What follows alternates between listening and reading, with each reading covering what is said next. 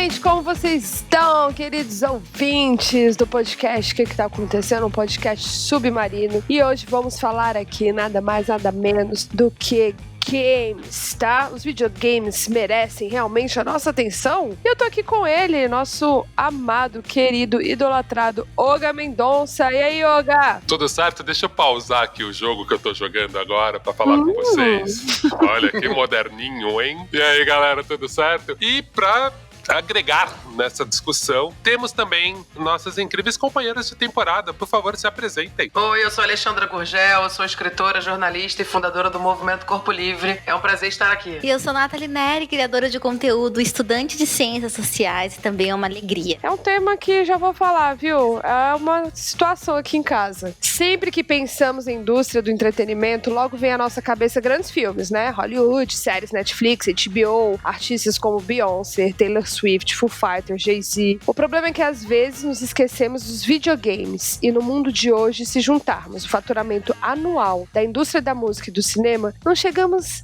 nem na metade do que os jogos eletrônicos geram de dinheiro. É isso mesmo. Quer uma comparação? Filme Vingadores. Ultimato, que é a maior bilheteria de todos os tempos, fez 800 milhões na sua primeira semana de exibição, enquanto o jogo de videogame GTA V fez mais de 1 bilhão em apenas 3 dias. Ou seja, glitter e glamour não necessariamente se traduzem em sucesso de público e vendas.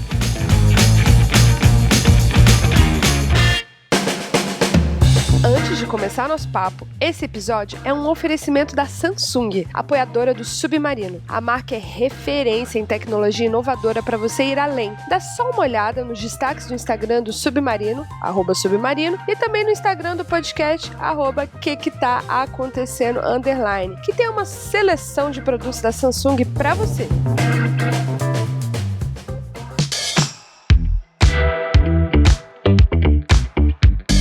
Vocês acham que os videogames têm relevância cultural? Cara, com certeza. Eu não sei vocês, mas eu parei de brincar de Barbie quando lançou The Sims 1. Quando lançou The Sims 1, tava lá meu Deus, eu tenho várias Barbies pra brincar, eu posso criar, eu posso fazer o que eu quiser. A gente que é uma geração que eu tenho 31 anos, que eu fui crescendo com a internet, quando surgiu The Sims, eu falei, agora minha vida faz sentido, tem alguma coisa pra fazer, né? Que não seja só você ler livros ou brincar de Barbie, que não faz sentido, eu nunca gostei de Barbie. Então, marcou muito pra mim, até positivo e negativamente, porque também o The Sims, hoje em dia, se você for ver a evolução do The Sims, hoje em dia é muito legal, mas no passado também tinha aquela coisa muito padronizada também, de corpos, de cores, né, de tudo. A cor do corpo, o tamanho do corpo, o que o boneco poderia fazer, ainda era muito o padrãozinho, né? E o The Sims, hoje em dia, já é o contrário disso, já é totalmente fora do padrão. Eu também concordo, eu acho que a importância cultural é gigantesca, ainda mais para gerações que cresceram, né, tendo seu caráter e sua visão de mundo formado pelos games. Eu acabei acessando tudo muito tardiamente, até hoje eu tô um pouco mais atualizada, né? Eu lembro de consumir antes mesmo de internet e me colocar nessa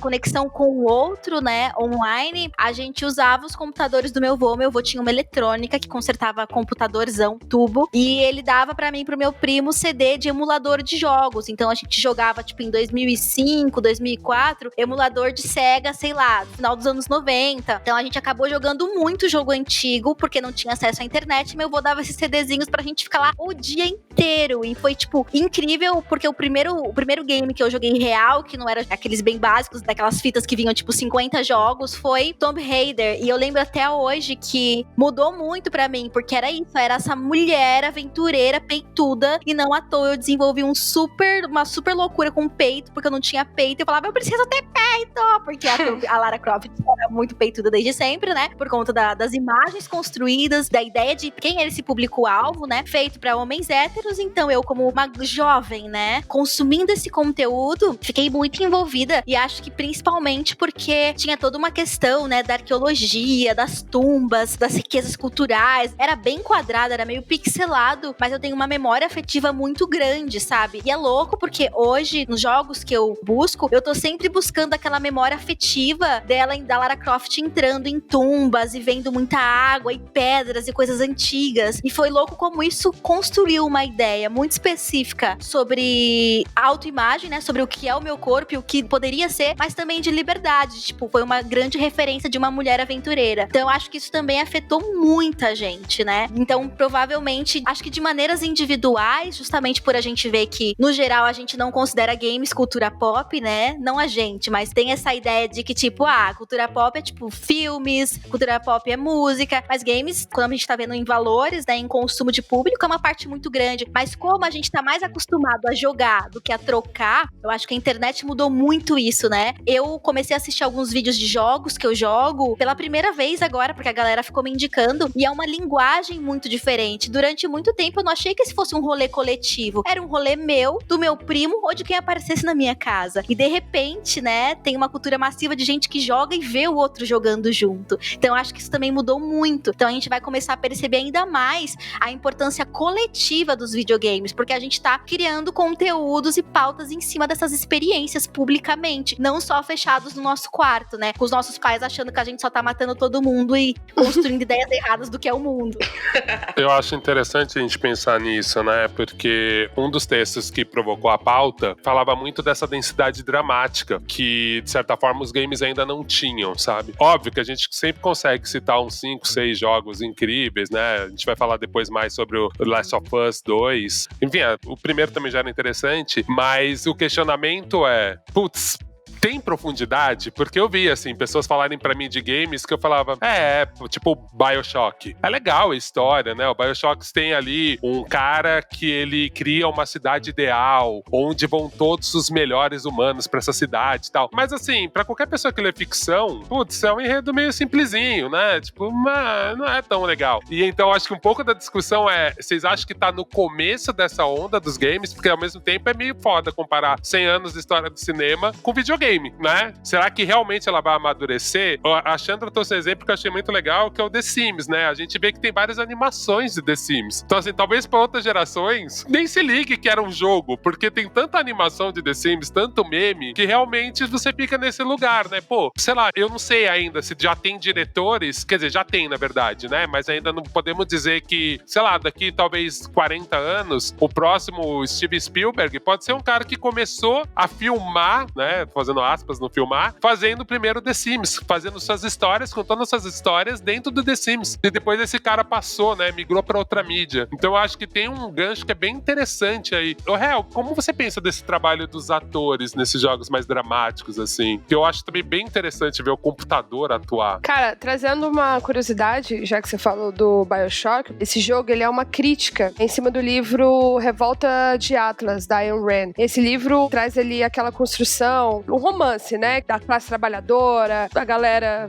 enfim, mais rica, que consome mesmo. É um clássico ali, lance do Partido Republicano que acontece hoje em dia, como eles enxergam. E no jogo, ele cria esse cenário do livro, esse romance, mas ele mostra que no final isso não funciona, né? Isso tá bem deturpado e dá bem errado. Sobre a sua pergunta sobre o que eu acho sobre os atores nesse lance do jogo, cara, eu tinha uma visão antes e hoje até você citou The Last of Us, esses jogos também que estão trazendo mais inclusão, inclusive de sexualidade, eu acho muito interessante, assim, ao mesmo tempo que tem esse lance, eu, Ellen, sempre vou preferir ver um ator ou uma atriz sem ser gamificado, né? É que eu acho que, por mais avançado que a gente esteja, ainda tem algo robotizado ali, né? Já é muito sinistro o olhar, o sentimento, a emoção, o lance de você estar por trás, né, desvendando essa história. Mas eu acho que, cara, em pouquíssimo tempo, a gente vai estar num lugar ali bem freaky, até um questionamento, né? O que vai acontecer, assim, com a atuação a partir disso. Mas não tem jeito, né? Eu acho que o inconsciente, a estrutura da nossa psique, consciente, inconsciente, quem a gente é e como o ator leva isso para um personagem, isso eu acho que um game nunca vai conseguir chegar mesmo, que é uma máquina, né? Mas é louco pensar que talvez esse futuro já esteja acontecendo, né? Se a gente vê jogos como Death Stranding, que a gente tem o ator que faz o Daryl de...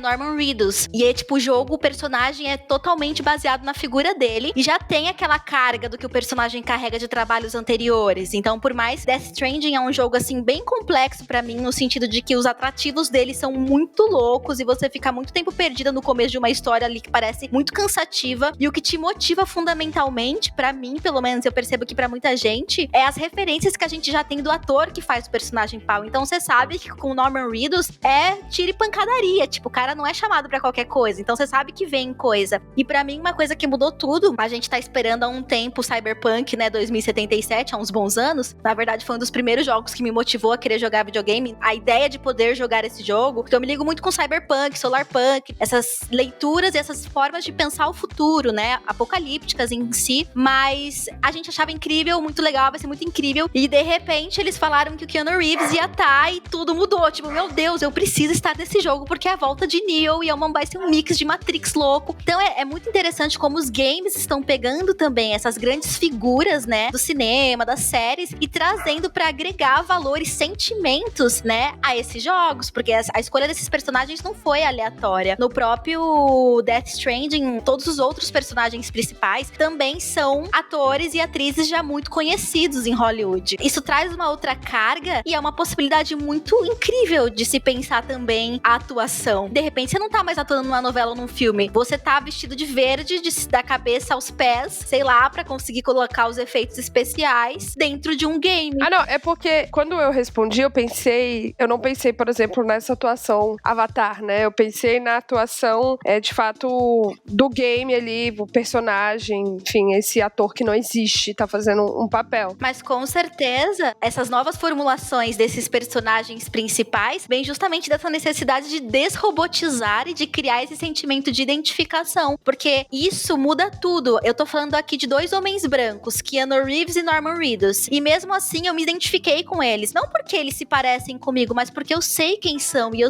conheço o trabalho deles. E na verdade até um truque, porque isso tira o desconforto que eu sempre sinto com avatares que não se parecem comigo, que são pessoas genéricas, e são homens genéricos e corpos genéricos, né? Pra mim, jogos que eu posso alterar o avatar e transformar eles em personagens negros, sabe, já saem 10 passos na frente, mas não são todos os que a gente pode fazer isso. Então, se a gente for pensar por outro lado também, a construção desses personagens, dessas figuras conhecidas, né, na cultura pop no geral, diluem um pouco desse incômodo, porque é isso, você não tá se vendo, mas você tá vendo um outro homem branco, hétero, mas você tem um sentimento diferenciado. Agora que eu me liguei nisso, na verdade, tipo, eu tô comemorando 2 caras brancos, mas são 2 caras brancos que eu assisto conteúdo, sabe? Então é diferente. Ao mesmo tempo eu ficava pensando, né, se a outra pessoa tem a opção de mudar o personagem negro, talvez pessoas brancas nunca joguem com os personagens negros. Então, às vezes eu achava interessante ter um personagem negro e tem que ser ele, né? Porque ao mesmo tempo que essa questão de mudar, né? Putz, também era aquela dificuldade de homem aceitar personagens femininas, né? Ah, eu não me identifico. E aí também a gente já discutiu em outros podcasts, né? Essa questão de tipo, putz, você só pode gostar do que você se identifica, mas é óbvio que também ignorar a representatividade é absurdo. Então também tem essa questão, né? Ao mesmo tempo que é muito legal você poder se tornar negro no jogo, muita gente vai deixar de ser negro no jogo. E essa questão da mulher é muito real, né? Porque a mulher, ela sempre foi objetificada e sempre representada a partir do olhar do que o homem gosta, né? Era uma regra, né? Hoje a gente já vê que acontece num jogo ou outro, não é tanto mais uma regra. 10, 15 anos atrás isso era regra, né? 10 anos atrás, assim. Por isso que eu não me identificava. Inclusive, eu sou um caso de uma pessoa que achava que não gostava de videogame, porque eu não cresci com videogame, de fato, sabe? Eu assoprava a fita dos meus amigos, mas eu nunca tive o meu próprio videogame pra soprar minha fita, eu queria soprar a fita. Então, assim, quando eu fui crescendo, eu só fui jogar videogame no celular, na verdade. O The Sims, pra mim, não era videogame na minha cabeça, era um jogo, né? Que eu passava horas construindo casa, lá. O jogo mesmo, o joystick, pegar lá, fazer com o dedinho, é uma coisa que eu não fui criada desse jeito, então eu tenho muita dificuldade até. Os jogos que eu jogo no joystick mesmo, por exemplo, Call of Duty, é impossível pra mim. A minha namorada, né, minha esposa, Caroline, ela é gamer, e ela joga Call of Duty todos os dias. Tem um clã dela lá, enfim, grita pra caramba. Esse aqui, inclusive, é o escritório dela que eu tô gravando. E no escritório dela eu falo, você tem que ter um lugar só seu pra você ficar gritando tiro, minha filha, porque não é normal. E ela, jogo online não tem pausa! Não tem pausa! Então, assim, é uma coisa que é uma loucura, sabe? Esse negócio de jogo online não é muito a minha vibe. Mas eu me descobri gamer no celular, The Sims, obviamente, mas no celular. Porque, assim, gente, não é à toa que esses games ganham tanto dinheiro. Porque é uma máquina de fazer dinheiro. É uma máquina. Eu, gente, sinceramente, eu gastei muito dinheiro. Eu fiquei, assim, no prejuízo, já fiquei negativa gastando dinheiro com joguinho. Homescape Homescapes, eu fui pra fase 2.700. Você sabia que tem fase 2.700 no Homescapes? Eu já tinha minha casa toda construída, eu já tinha tudo, sabe? Eu já tinha explorado o mundo inteiro e não acabava o jogo. E eu gastei muito dinheiro. Eu sei que isso é horrível de falar White Girl Problems, mas assim, o jogo da Kim Kardashian. Eu gastei muito dinheiro só pra comprar cabelo, roupa. E é um padrão. E quando você vê, você tá 5 dias jogando e você fala, o que eu tô fazendo? Sabe? Porque ao mesmo tempo é muito bom essa coisa alienante, né? Que a gente até já discutiu em outros temas aqui, de você também esvaziar a mente, esvaziar, sabe? Você tá lá fazendo outra coisa, você não tá nem aí, você não tá pensando em problema. Mas até que ponto isso também não é preocupante, assim, sabe? Aquela baixou minha mãe aqui. Porque eu lembro de eu estar jogando The Sims e minha mãe bater na porta do quarto. Minha filha, tá escrito na caixa do The Sims que mais de 18 horas vai ter convulsão, pode ter ataque epilético, pelo amor de Deus. E eu ficava sempre com isso, tá bom? E realmente, quando você lê The Sims, tá escrito, cuidado, acima de 18 horas jogando direto, você pode ter realmente risco. Porque tinha muita gente que tava tendo problema, porque ficava o tempo todo jogando. E aí também veio esse estereótipo do quem joga videogame é vagabundo, quem joga videogame não faz mais nada da vida. Então, cresci também com isso, assim, né? E hoje em dia você vê que os gamers são os que mais bombam na internet. A Twitch Brasil aí tá bombando com game. Gente fazendo todo o tipo de jogo, Fortnite. Esse jogo novo que lançou, que parece a corrida do Faustão, menina. Eu joguei, eu sou muito ruim. Mas assim, é isso, sabe? Eu acho que é você também identificar qual é o seu tipo de jogo onde você se sente melhor também. E também ter noção para não gastar muito dinheiro, porque é muito fácil. Fazendinha. Nossa. Cara, essa questão, por exemplo, do vício é algo que eu, como mãe, me preocupo muito. Eu tive um lapso aí de não jogar videogame, porque, enfim, sou de 87. Na minha casa, meu irmão jogava muito, meus vizinhos jogavam muito, e era muito algo relacionado a coisas de menino. E aí eu ia jogar, eu era café com leite. Tinha um lance social também. Eu não tinha o meu irmão teve videogame dele, mas o meu eu não tive, porque já era um preço alto. Aí eu ia jogar na casa dos vizinhos, enfim. Não jogava, né? Fui jogar assim já quando rolou Counter-Strike em Lan House, na época da escola, que aí eu já tinha, né? Economizava ali o dinheiro do lanche e ia pras Lan House. E aí eu não engatei muito no videogame, essa é a real. E só que eu tenho um filho super gamer, assim, de só 6 anos. Todos, cara, Fortnite, God of War. E aí, nossa, Ellen, você deixa seu filho? Cara, não adianta. Quando não tá aqui em casa, na casa da tia vai jogar, na casa do pai vai jogar. Então, é algo que eu prefiro não proibir pra não ser pior, assim. Tipo, eu prefiro que ele esteja jogando Homem-Aranha pra eu falar assim, cara, você entende que essa cena, que tem uma cena no Homem-Aranha que toda vez que o Homem-Aranha erra, o sequestrador atira na vítima. Tipo, uau! Né? Eu fico assim, Jesus, pai, o que vai acontecer com a cabeça dessa criança? Alguém me ajuda. E aí eu prefiro ver que ele tá fazendo isso e eu explico, né? Olha, ou então ele mesmo não gosta, fala, passa essa fase. Eu entro num dilema ético terrível, assim, tipo, o que eu tô fazendo? Eu tô educando, tô deseducando. Mas algo que é completamente perceptível é o lance do vício e o lance da irritabilidade. Tipo assim, que em casa tem regra, você vai jogar 1 hora, você vai jogar 2 horas no máximo. Quando a criança sai, ela não quer fazer outra coisa, ela não prende atenção, ela tá completamente irritada. Então eu acho que ainda é super... A gente não sabe, né, quais são as consequências reais, assim, no corpo. A gente até sabe, mas assim, vamos supor uma criança, essa geração, como essa criança vai estar com 50 anos, né? O que o videogame traz pra ela? Eu acho que tem coisas muito boas e muito benéficas. Mas também, cara, eu acho que é aquela coisa, tudo em excesso, né? Eu acho interessante também um aspecto, né? Muita gente que eu conversei, principalmente adultos sozinhos e mesmo crianças, né? Nesse momento da pandemia, eu acho que foi bem legal a gente pensar no papel do videogame, principalmente Fortnite, The Sims, esses jogos que são quase redes sociais, né? Foi um momento que eu penso, cara, se tivesse rolado isso nos anos 80, imagina como iam ser as relações, né? Então, é bem isso que a Hel falou, né? Tem momentos que é tão positivo você poder se isolar, você poder criar essa bolha, você poder conversar, porque é muito diferente você se relacionar no WhatsApp com alguém ou no Fortnite, que você tem uma missão, que você pode brincar, ou não, você só fica falando com seus brothers. O jogo de tiro já é um pouco mais difícil, porque realmente, se você não tirar, você morre.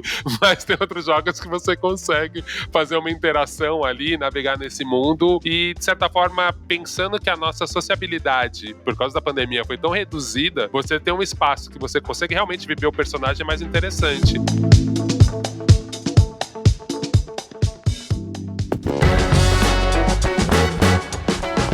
Eu queria também pegar um outro ponto que a Chandra falou que eu achei legal, que também é a nossa visão sobre gamer, né? É isso, jogo de celular, você é gamer também. A sua mãe que viciou em Candy Crush e não para de jogar isso daí, ela é gamer também, sabe? A gente começa a botar esse estereótipo do gamer, é um cara que tem uma cadeira de 8 mil reais e esquece que não, cara. Tipo assim, a gente já gamificou a vida, a gente já tá dentro disso, né? Então também é um outro aspecto. Eu fiquei muito surpreso, por exemplo, de saber que, tipo, o número de mulheres que jogam jogos e se interessam por isso. E agora, mesmo vendo aqui nessa mesa a propriedade que a Chandra e a Nery falam dos jogos, já é uma coisa que eu acho muito interessante. Tem algum outro estereótipo que vocês tinham de game que foi quebrando na cabeça de vocês? Ou da percepção de vocês, de amigos, né? Olha, eu sei que muita gente realmente consegue construir coisas, né, nesse ambiente, se relacionar, sei lá, desenvolver uma coordenação motora sensacional, entre várias outras coisas, né, criatividade, estímulo, muita história, né. Eu, por exemplo, jogo The Witcher e eu tô o tempo inteiro lendo, né, todos os arquivos do jogo, cadernos, diários e comparando, jogando no Google e, tipo, as informações são verídicas, sabe? São baseadas em muita mitologia, né? Então eu acho incrível, é uma forma de aprender e de absorver conteúdos quando você se interessa também por essa parte do jogo. Só que ao mesmo tempo eu tenho percebido, eu tinha muito essa ideia de que a gente joga muito quando a gente não quero falar nesses termos, mas é tipo assim, eu não consigo jogar quando eu tenho coisas pra fazer. Tipo, o jogo ele me afasta das responsabilidades, o jogo me afasta do trabalho, o jogo me afasta dos estudos. Então não tem também como pensar que você não precisa de um tempo livre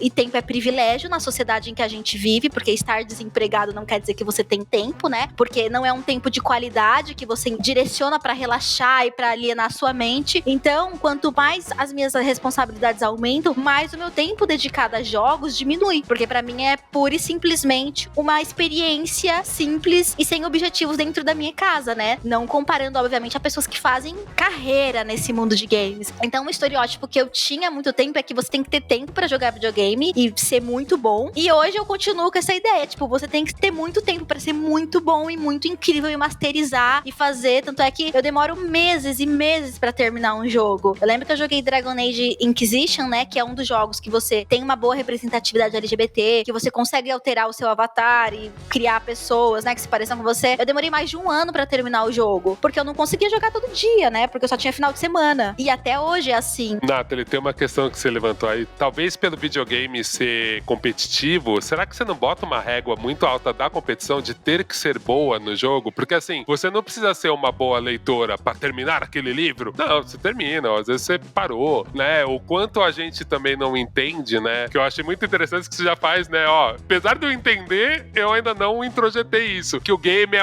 eu tô ganhando também cultura nisso, né? Porque de certa forma é isso, assim, se eu, tipo, atrasei meu trabalho porque eu li mais um pouquinho o livro que eu tava lendo, eu considero que é um ganho, que não é só entretenimento, porque afinal, é um livro, né?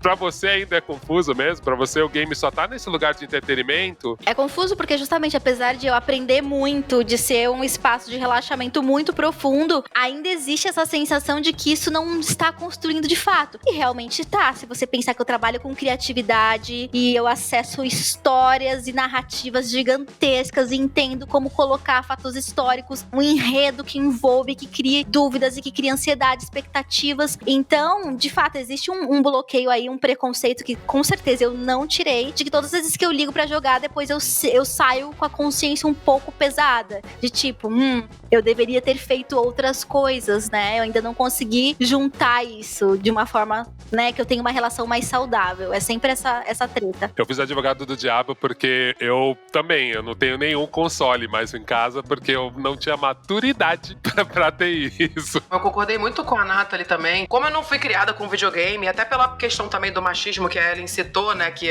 as meninas, não, isso não é pra menina, se fosse talvez eu tivesse um irmão da minha idade, talvez ele tivesse, eu não. A gente tem esse deslocamento disso. Quando eu vejo a Caroline jogando, por exemplo, a minha esposa, aqui, eu sempre falo assim, cara, você não vai trabalhar não? Tem nada pra fazer não? Sendo que ela tá estudando, ela dá consultoria, enfim, trabalha com isso também. Aí eu cheguei pra ela e falei assim, por que você não vira gamer? Vamos fazer logo o mundo ficar perfeito? Você vai subir lá seu score lá, aquela nota lá, não sei como é que fala no Call of Duty, vai ser cada vez melhor e você vai ganhar dinheiro ainda. Vamos fazer dinheiro? Você joga o dia inteiro. Aí, quando eu botei essa questão de virar trabalho, ela já não acha mais tão legal. Então, assim, pra mim faz todo sentido. Eu falei, por que não? Streamer, você é boa, minha filha, você tem carisma, vambora, junta uma coisa na outra. Então, eu também tenho essa dificuldade de pensar o videogame como algo além de entretenimento. E eu me sentia, às vezes, vou usar entre aspas, mas é um sentimento, né? Como se eu fosse vagabunda, entende? É um estereótipo mesmo, é muito ruim isso. E ao mesmo tempo que a gente sabe como isso é bom. No meu caso, no celular, eu não posso jogar. Então, assim, eu não jogo nem paciência. Eu baixei Paciência Spider, aqui um pack só de paciência, free sale, não sei o quê. Cara, até isso é pago. E até com isso eu gasto dinheiro. Então, assim, não dá pra mim. Eu tenho vício. Então, pra mim, não rola. Eu não tenho nenhum jogo, nem jogo de graça, porque um dia, se puder comprar pra tirar anúncio, eu compro. Então, eu prefiro não fazer isso, sabe? Porque eu sempre vejo a vantagem, R$2, por que não? E nunca mais vou usar, né? O telefone mostra aplicativos nunca abertos, tá lá. Um monte de coisa que eu comprei que eu nunca nem, às vezes, abri, ou abri, gastei uma grana e não valeu a pena. Então, eu acho que eu tenho esse olhar muito da minha vivência, sabe? Mas eu nunca joguei um jogo, por exemplo, como se fosse RPG, sabe? Esse jogo de histórias que vocês estão falando. Ai, que você vai comprando a história. Eu não gosto. Mas, ao mesmo tempo, vocês falaram também disso, se vocês forem pensar em Black Mirror, ou que é da Netflix, ou Electric Dreams, que é da Amazon, tipo, esses filmes, esses novos conteúdos que a gente tá recebendo, são todos meio gamificados, né? O próprio Black Mirror, além de ter várias narrativas totalmente gamificadas, que você vê como é que é o mundo do game numa distopia futurística louca, onde a gente pode controlar os outros, pode matar os outros, né? Tem vários episódios que são assim de Black Mirror. Tem aquele que a gente pode realmente escolher o que vai acontecer. E que ninguém nem gostou muito desse episódio, ele nem irritou muito, sabe? Mas tem várias séries, vários filmes apostando nessa gamificação. Aquele Unbreakable Kimmy Schmidt, sabe qual é? Lançaram um agora que é um especial gamificado. É mó chato, eu nem curti. Mas a gente quer interagir, né? E isso tem a ver também com essa nossa geração de youtubers, tiktokers, instagramers, influenciadores. A gente, quando faz uma live, por exemplo, agora que a Carol tá vendo o pessoal de live no Twitch, cara, é muito louco como é que o Twitch tá crescendo. E a galera faz live assim, ó, se eu tiver mais 10 assinantes, porque é pago, né? É porque você pode ter uma coisa paga. Se eu tiver mais 10 assinantes, eu vou fazer não sei o que pra vocês na tela. Eu vou ficar mais 5 horas de live. Cada assinante eu fico mais 3 minutos de live. Isso é um game. A galera quer ficar ali, não, tá, eu quero esperar ele fazer isso. Eu quero esperar ele pintar o cabelo. Eu quero esperar ele trocar de roupa. E você fica 10, 15 horas numa live que você pergunta, aquela pessoa fala sobre o quê? Ah, nada. Fica só fazendo brincadeirinha. E tipo, é um joguinho. É uma forma de se entreter também. Então, a gente tem vários games que não são games, né? Quando eu vejo isso, eu fico muito preocupada. Eu fico muito preocupada com a gente, assim, de verdade. Mas é porque talvez eu seja uma velha mesmo. É bom me ter nesse episódio aqui, porque eu sou uma pessoa que penso muito se a gente não tá emborrecendo, se a gente não tá deixando de ler, se a gente não tá deixando de se movimentar. Uma das coisas que mais me preocupa no videogame é a saúde física do nosso corpo, né? É o da movimentação, do alongamento, da serotonina não vindo a partir de um esporte, vindo a partir de algo que vai te viciando. Não que o esporte não vicie, ele vicia, né? Mas é diferente um vício em esporte ali, como você vai envelhecer, e um vício em videogame, como você vai envelhecer. Então eu sou muito preocupada com essas questões, assim. Quando você me cita o Twitch, que já fui lá dar uma olhada, eu me angustia, assim. Eu fico real pensando, o que será de nós? Hel, mas uma coisa que você falou, só pra complementar aqui, existem jogos que são bem interativos com os nossos corpos também. Por exemplo, Just Dance. Mas aí, por exemplo, esse lance do peso na consciência que a Nathalie tem, que você falou, quando eu faço um Just Dance, ou quando meu filho tá brincando lá de Just Dance, ou jogando tênis, não sei o que, eu já acho melhor. Sim. Falo, cara, massa, beleza. Agora, quando a pessoa tá derretendo ali com o controle, não tô falando de games profissionais, né, porque não é o caso, assim, e ela tá ali, eu fico assim, cara, ajeita essa coluna, sabe? Levanta, vai fazer xixi, bebe uma água, vamos brincar no parque. Vai me dando um desespero real, assim. Mas não acho, tá, gente, que é só coisa ruim. Não acho. Não me cancelem. Cara, mas ó, contrabalanceando o que eu falei, né? Por exemplo, a stylist da Lady Gaga, que faz as roupas da turnê dela agora e tal, ela saiu do jogo de videogame. Como assim, Ellen? Ela saiu não, né? Ela jogava muito, né? Ela gostou de um design de figurino de um determinado jogo, viu quem fazia, viu que era esse stylist e chamou pra trabalhar com ela. Então, trabalhar com videogame, cara, já me relacionei com pessoas que faziam videogame, né? O roteirista, aí tem o programador, o designer, tem diversas funções, né? Não é nesse aspecto de trabalho de jeito nenhum, é um aspecto sobre saúde, mas quando a gente vai ver o aspecto sobre saúde, né? Jogar videogame é divertido, né? Então, ele tem efeito positivo pro sistema cognitivo, né? Desenvolve a memória, atenção, linguagem, percepção, funções executivas e além disso, ele também aprimora determinadas capacidades, por exemplo, como um raciocínio lógico. Até eu lembro do Kaê jogando Unravel e isso é muito verdade, né? Então, assim, tudo tem os dois lados da coisa, assim. Eu só sou uma mãe preocupada. E é muito legal o que você lembrou, porque a Caroline, a minha namorada, minha esposa, meu bebê, que eu já citei 1000 vezes aqui, porque ela é muito gamer, ela tinha medo de dirigir. Ela tem carteira. Ela joga muito bem aquele joguinho. Qual é aquele do carro? É o mais simplão de todos. É um que a gente joga no PlayStation, eu jogo com ela. GTA? Não, é jogo só de dirigir mesmo, de ganhar a estrada. Simulador. É um famoso. Ela disse que já é muito clássico. E ele agora tá com uma nova cara e tal. Aí a gente tava jogando e eu falei, Caroline, você é muito boa. Você não bate nenhum carro. Você fica primeiro em tudo. Você sabe dirigir sim. Cara, não é à toa. Não é que ela foi dirigir, ela dirige bem. Tipo, se ela perdeu o medo de dirigir, dirigindo no joguinho. É muito doido isso. E, tipo assim, você tem realmente essa noção de que você... Porque ela não bate em nada, ela consegue controlar. Óbvio, não é um carro. Mas essa noção, sabe, espacial, a noção de, tipo, eu tenho que ir assim. Sei lá, cara. E ela tá dirigindo muito melhor. Ela perdeu o medo de dirigir com o videogame. Eu não lembrava dessa história. Isso é muito legal. Demais.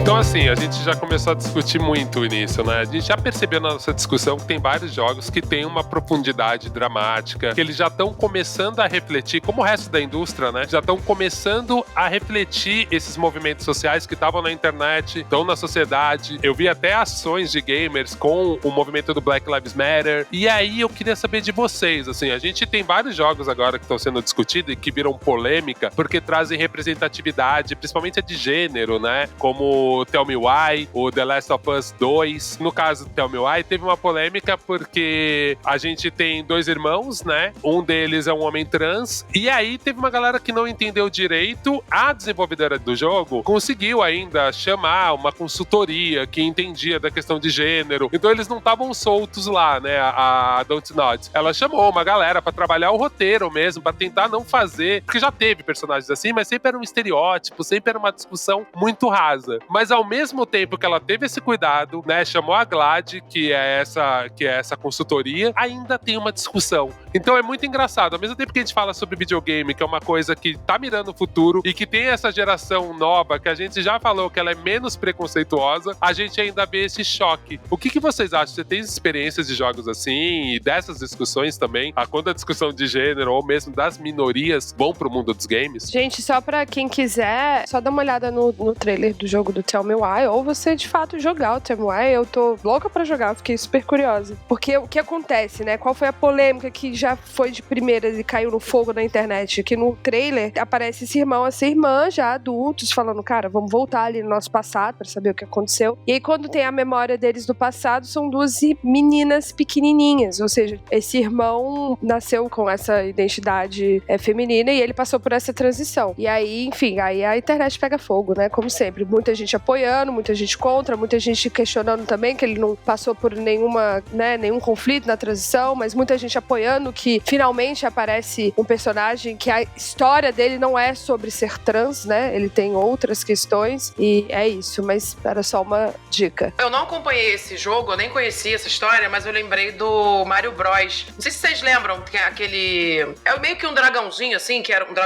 um vilão, que era o Ostro. Até pesquisei aqui na internet pra falar certinho pra vocês, ó. Originalmente, Birdo, não sei, apareceu em Super Mario Bros 2, em 1988, como uma vilã. A sua descrição no manual japonês do game diz que o nome dela é Katarine, mas ela gosta de ser chamada de Cat. Já na versão americana do game, é que a confusão começa, porque tá escrito que ela pensa que é uma garota e atira ovos de sua boca. E o nome é Ostro. E aí, anos depois, agora, mudaram o nome dela realmente pra Birdo, é uma vilã, e é uma vilã no Mario trans, assim, sabe? Então, assim, que foi naturalizada agora. Então, isso é muito legal num jogo que, você pensar que desde 1988 tava mostrando já essa possibilidade, você vê que é um avanço, né? Uma pauta, ainda mais dentro de um jogo que é pra todo mundo, né? Mario, por exemplo, eu joguei realmente bastante Mario com os meus amigos, na fitinha lá de soprar, como eu falei. Mas, voltando pro meu universo, que é o meu universo de game no celular, tem um jogo que se chama, acho que Game of Sultans, é um jogo dos sultões, sei lá. Que esse jogo, ele tem uma vibe meio... O problema não é nem o jogo em si, é porque tem muito jogo que faz anúncio no Instagram, anúncio nas redes sociais, que é completamente diferente do que é o jogo em si. E aí esse jogo é da mesma galera que faz o Homescapes, todos esses jogos que eu gasto muito dinheiro. E aí eu sempre recebo anúncio disso, né? E aí esse jogo, Game of Sultan, sei lá, Sultão em inglês, gente, eu tô ruim de pronunciar. Eles fazem um anúncio que é a princesa gorda e a princesa magra. Ai, compre o jogo, baixe o jogo pra você ser uma princesa finalmente, vai emagrecer a princesa. E tu tem que emagrecer a princesa de todo jeito, assim, sabe? A princesa tem que passar fome, é um ódio, anorexia, bulimia, tudo, assim. Só no anúncio. E quando você baixa o jogo é uma coisa horrível. A própria Demi Lovato, na época, acho que foi em 2019, foi no ano passado isso, ela criticou esse jogo porque ela postou o anúncio, ela falou, como é que eu recebo um anúncio desse, sabe? Como é que o Instagram... Ela criticou o Instagram. Ela falou, como é que o Instagram permite esse tipo de anúncio, sabe? Sendo que o próprio Instagram já falou que qualquer tipo de anúncio que seja ofensivo ou que induza uma estética, nananana, a gente vai tirar e porcaria nenhuma, entendeu? Então isso deu um bafafá também no ano passado. É isso, né? É até uma coisa que quando você vai baixar o jogo, essa história nem acontece. Isso nem existe. Mas tudo que é vendido é como se você fosse comprar um jogo que vai emagrecer uma princesa, sabe? E sem motivo nenhum, porque no final do jogo é pra plantar milho, é pra desbravar lugares, enfim. The Sims também me fez perceber como sexualidades são livres desde sempre, porque The Sims, no começo foi meio padrãozinho, mas o The Sims você pode ter relacionamento com qualquer ser humano, né? Então você pode ter 2 relacionamentos, 3, pode ter amor livre, pode ter relacionamento homoafetivo, você pode não se relacionar. Então o The Sims, ele normalizou a vida LGBT, de você se expressar da forma como você quiser, até o tom da sua voz. Hoje em dia no The Sims você pode escolher o formato do seu corpo, você pode ser gordo, você pode ser magro, baixo, alto, a cor da sua pele, tem vários outros tons. O The Sims modula a voz, você pode escolher se sua voz é fina, grossa, estranha, sabe, mais engraçada. Então é cada vez mais humanizando, né? Então o The Sims, ele também tem esse lado mó legal de abrir possibilidades de você ser o que você quiser, né? Total. A Xanda citou a questão do vilão, provavelmente trans, né? A vilã trans, enfim, no Mario. E isso é interessante ao mesmo tempo que é muito complicado. Porque as figuras negras ou as figuras LGBTs inicialmente são introduzidas na vilania, né? Então elas sempre são esses antagonistas. Sim. Um exemplo clássico é o L, né? De As Meninas Superpoderosas, que é claramente a construção de um vilão ou uma vilã, né? No caso ele ainda tem isso, né? Um personagem completamente feminino, chamado como ele, né? Até uma ênfase no gênero, né? Tipo, é ele, por mais que seja totalmente feminino, por mais que fale a parte de uma coisa, tem uma questão muito demoníaca, né? E eu tava assistindo, eu soube das próximas temporadas agora falando de filmes, né? Mas tem a ver de Star Trek, que eles também vão trazer ainda mais questionamentos, né? A Netflix produziu uma agora que a protagonista era negra, e era muito interessante a história dela. Aí eu fui assistir as anteriores, e o vilão do último Star Trek, que foi o filme, né? Desses mais recentes, acho que 2014, era um personagem negro que passou o filme inteiro escondido num corpo de alien. Então é isso, tipo, você só tem a Uhura, e aí depois você tem um único segundo protagonista negro, e aí a representatividade aparece na vilania, né? Nesse maniqueísmo. Então parece que é interessante quando a gente se vê, mas é uma representatividade que continua causando danos, né? Se você for pensar. E eu acho que o que eles fizeram em The Last of Us foi genial. Porque você tá falando, causou muita polêmica, mas você vem de um primeiro game em que o teu player é o cara, tipo, é o Joel, que é um homem heterosão, barbudo, clássico. E aí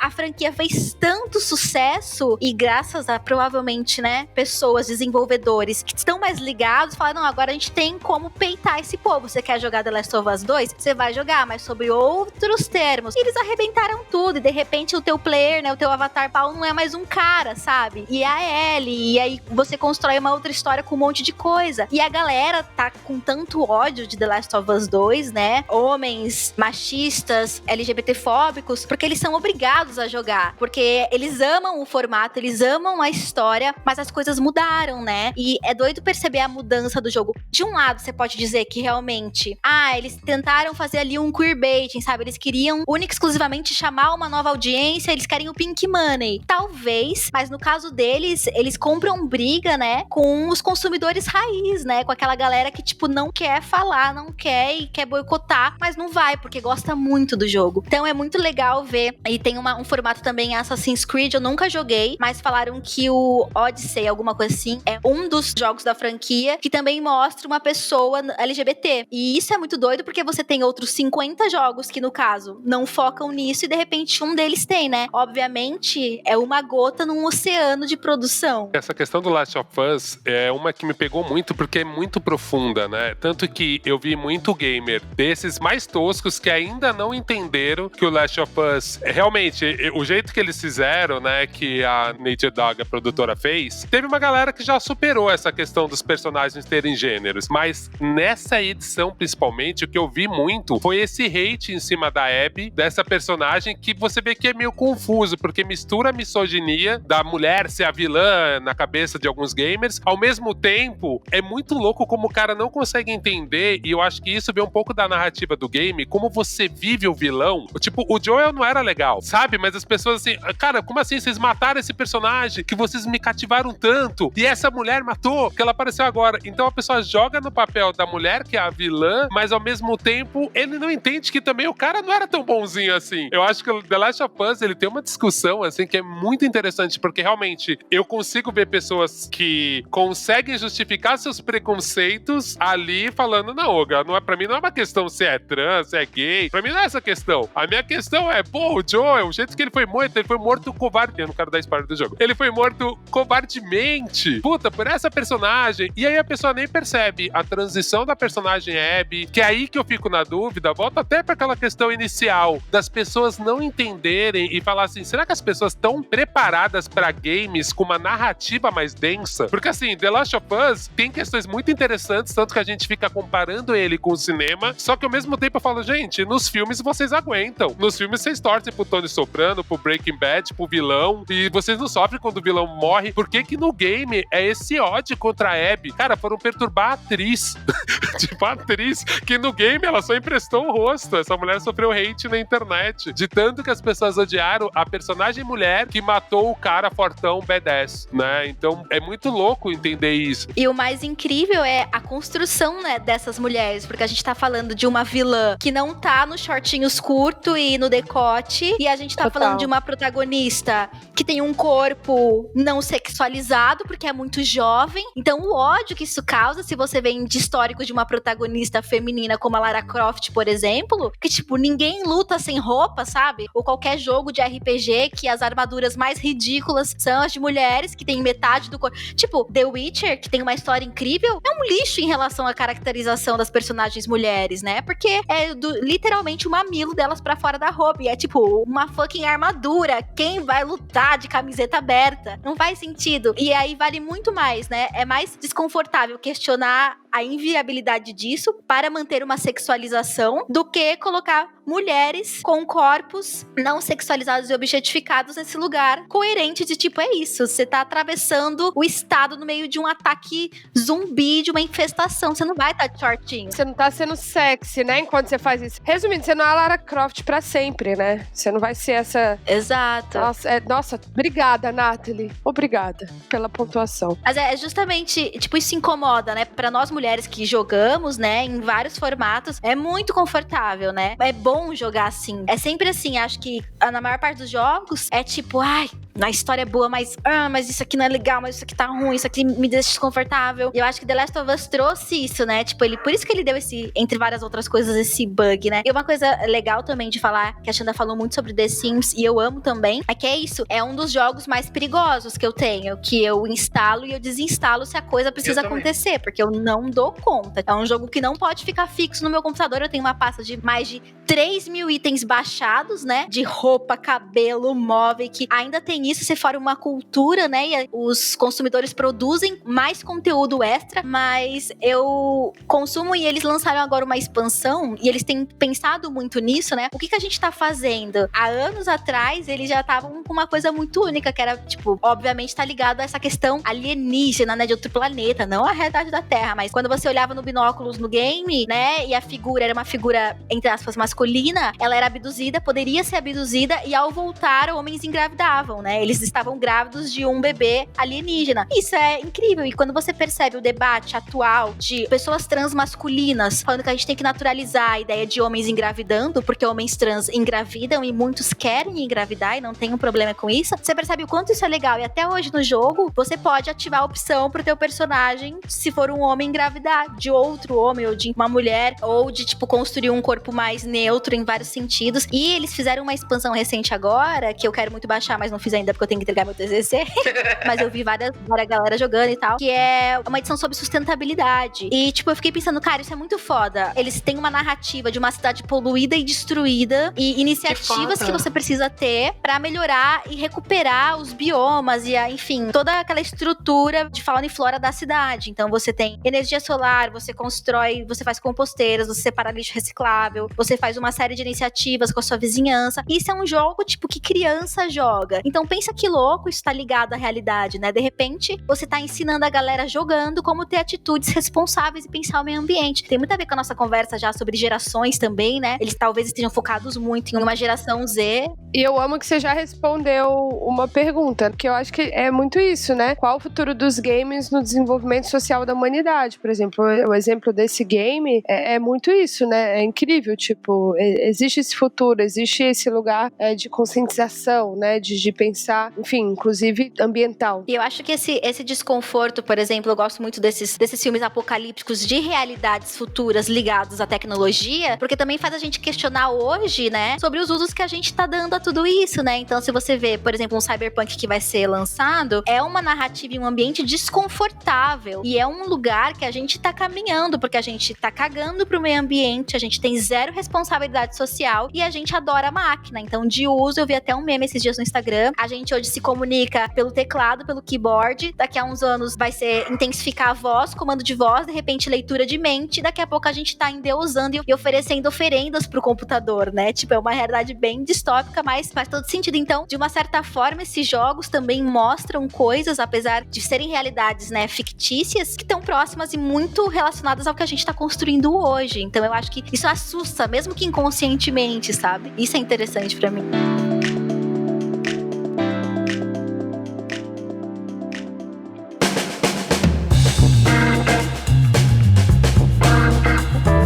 É isso, meu povo. Mais uma daquelas pautas que a gente fala, daria pra falar 800 horas. A gente tem mais um monte de pergunta incrível, mas estamos chegando ao fim. Eu adorei conversar com vocês, adorei que vocês trouxeram também os exemplos, porque é isso, assim, uma das coisas que me pegava mais nessa pauta era a gente ficar discutindo só jogos muito complexos e a gente sabe que a realidade é muito difusa, isso. A gente consegue ver as nossas histórias no Candy Crush, no The Sims, em vários lugares e de certa forma o game tá na nossa vida, por isso que a gente tem que problematizar mesmo o game. Então, se vocês que estão ouvindo curtiram, por favor, dê seu feedback. Eu sou o Oga em todas as redes sociais. Eu sou a Ellen Ramos, @aellenramos. Eu espero muito que aconteça a próxima temporada. Para isso acontecer, você tem que lembrar que você tem que ir lá no @que tá acontecendo, underline, @submarino falar, Submarino, queremos a 4ª temporada do que tá acontecendo. Ainda tem muita coisa pra esse povo falar, beleza?